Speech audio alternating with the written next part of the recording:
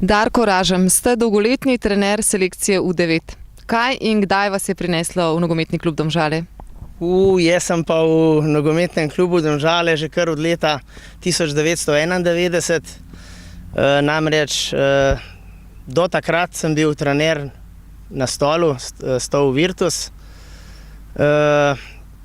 Prejšnji, že žal pokojni predsednik Hribar me je takoj, ko sem začel službovati tu v Domžalah, nekako snubil. Čeprav sem že pred tem časom, še nisem bil trener v Domžalah, nekako pomagal nogometnemu klubu. Vaše delo v športu ni omejeno le na klub. Ste tudi učitelj športa na osnovni šoli Domžale in hkrati vodja otroške nogometne šole. Otroke uvajate v svet športa na 3 teritorijih. Kakšne so razlike med temi 3 skupinami otrok? Ja, v šoli imamo v bistvu zelo heterogeno. Eni so sposobni, drugi so manj sposobni. Tu v klubu imamo pa več ali manj bolj homogena skupina, lažje se dela.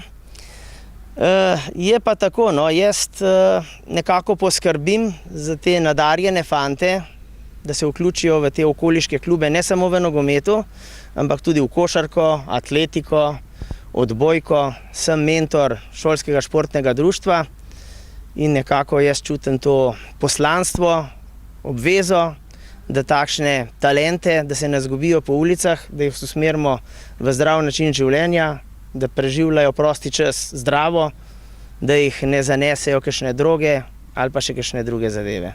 Tole me zares zanima. A si predstavljate sebe, da v enem trenutku prenehate z delom v športu in se preselite na področje recimo kulture?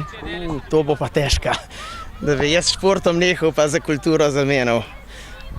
Če bi vas morala opisati, bi vas besedami strog, natančen, dosleden. A ste tako v nogometnem svetu ali ste recimo tudi doma? Ja, strog sem tudi v bistvu do sebe, ne. Predvsem bi jaz rekel takole, kdor ne spoštuje, oziroma kdor nima občutka za čas, ne spoštuje sebe, se manj pa druge. Vaš oče je bil nogometaš, verjetno ste se doma veliko pogovarjali o nogometu. Kako pa zdaj gleda vaša družina na vaše delo trenerja? Ja, bom prvo začel kar pri očetu, ne. On je bil nogometaš na Virtusu. Nekako, ko sem jaz izražal željo, da si bi vključil v nogometni klub, ko si je ponovno formiral, me je pri tem podpiral, hodil je tudi na tekme, kolikor mu je čas dovoljeval. Nikoli se ni nekako vtikal v mojo igro, tako da jaz se moram v tej smeri očetu kar zahvaliti, da me je pustil pri miru, da sem lahko igral svobodno, tako kot je trener naročil. Glede družine je pa tako, ne, otroci, ko odrastejo, imaš malo več časa. Verjetno me je družina bolj potrebovala, takrat so bili otroci sami, da bi malo ženo razbremenil. Jaz bom rekel tako, ne, pravijo, da žena podpira 3 vogale hiše. Pri nam je gradnja takšna, da je malo več vogalov, zato lahko rečem, da je 4 vogale ona podpirala.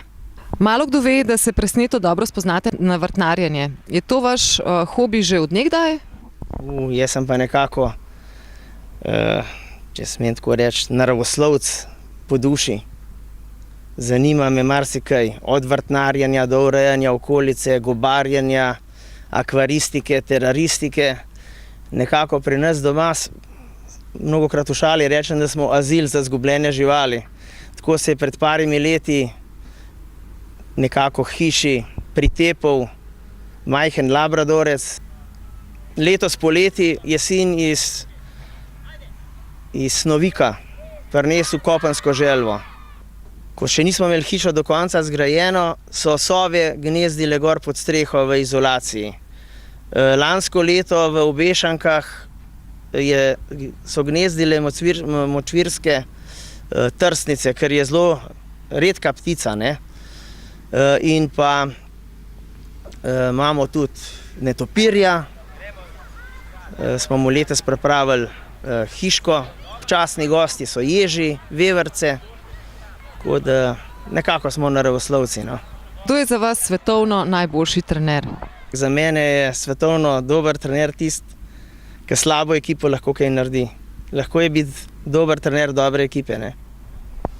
Darko Ražem, pa vas malo bolje poznamo po tem pogovoru. Vaša natančnost in doslednost bo malčkom v življenju še kako prišla prav. Želim vam uspešno, predvsem pa zanimivo sezono. Hvala, enako.